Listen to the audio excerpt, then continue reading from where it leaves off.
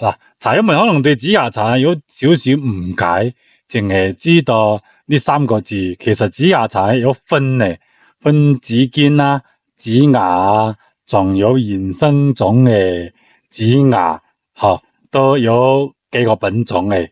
咁因為茶友們睇到嘅機會唔係太多，咁我哋今日咧有一個好好嘅機會，帶大家去認識下紫芽茶係點樣分嘅。如果要講紫芽茶咧，有幾種講法嚟啊。第一種咧就係大家所見嘅嗰個紫色嘅茶，咁仲有一種咧就係茶科所係05年之後培植出嚟係紫堅茶。咁大家見到嘅咧呢啲紫色嘅茶咧係咩咧？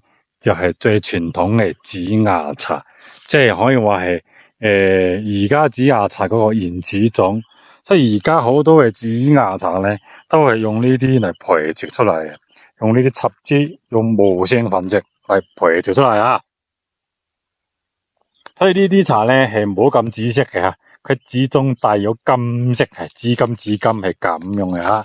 咁而家培植出嚟嗰個紫芽茶咧會深色好多，會更加紫啊。所以呢啲原始種原生種嚟講咧係冇咁紫吓。咁呢啲咧同而家係無性繁殖嘅係唔咩用嘅。咁呢啲嘅茶咧係用茶果嚟種植嘅。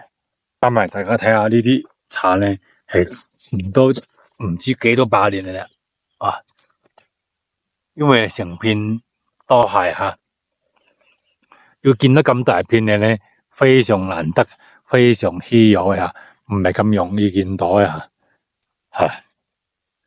咁都係間中一棵兩棵咁樣嘅咯。雖然佢話係紫芽茶，但大家睇下佢係未必係芽都一樣嘅嘛。呢啲係金黃色，咁呢邊過嚟咧都會偏向綠色少少嘅吓。咁如果而家因為係培植出嚟，食品科技進步咗啊嘛，你會成棵好紫色嘅嗰啲咧就會好誇張嘅吓。嗱，雖然成片咧，但係呢棵又唔係啦，嗰棵就係啦。所以你好得意啊嘛，呢度有少少，呢度都要翻少少。唔係話呢啲茶唔好，不過呢啲茶咧係真係比較難搞啲。呢個特登玩咧，真係玩唔到呀。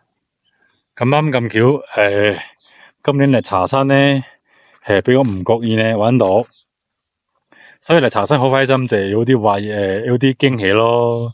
嗱，好似類似咁樣嘅紫芽茶咧，我喺10幾年之前已經做咗一批啦。咁咧真係好好飲吓。咁茶友們都特別中意，茶友們都成日叮囑我再做一批。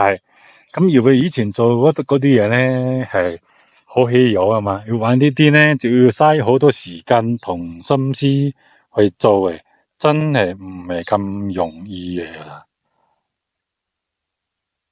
因為花青素含量會高少少嘅嘛，所以咧呢啲茶會特別甜。會陳化落去咧，會特別好飲味，係做出嚟顏色嘅整體咧，佢以為佢茶青係紫色啊嘛，所以做成茶乾之後咧，會變成比較深色少少嘅嘛，係甚至茶湯咧，同傳統意義上嘅茶湯咧，都會有少少嘅分別嚟吓，所以呢個茶各有非常有特色嘅吓，咁。有機會咧，都可以試一試咯。覺得呢啲茶比較稀有嘅品種咯，但係你要做嘅唔係咁容易嘅咯。好，我睇睇有冇機會就係做翻少少延續以前我哋做翻嚟紫芽茶嗰啲係真係經典之中嘅精品啊！不用懷疑，即係咧只不過咧真係唔係咁易搞吓。嗱，好似呢片過嚟咧，佢呢度咧係算比較多嘅啦，點解會咁咧？我都唔知道吓。其實可能茶農自己分分鐘都唔知，咁山卡拉地方真係原始森林入邊，咁樣直情我唔講嘅咧，可以聽到好多大自然嘅呼喚啊！大自然帶俾我哋好多，包括呢啲茶都係大自然賜俾我哋，所以真係我哋要敬畏大自然，感恩大自然。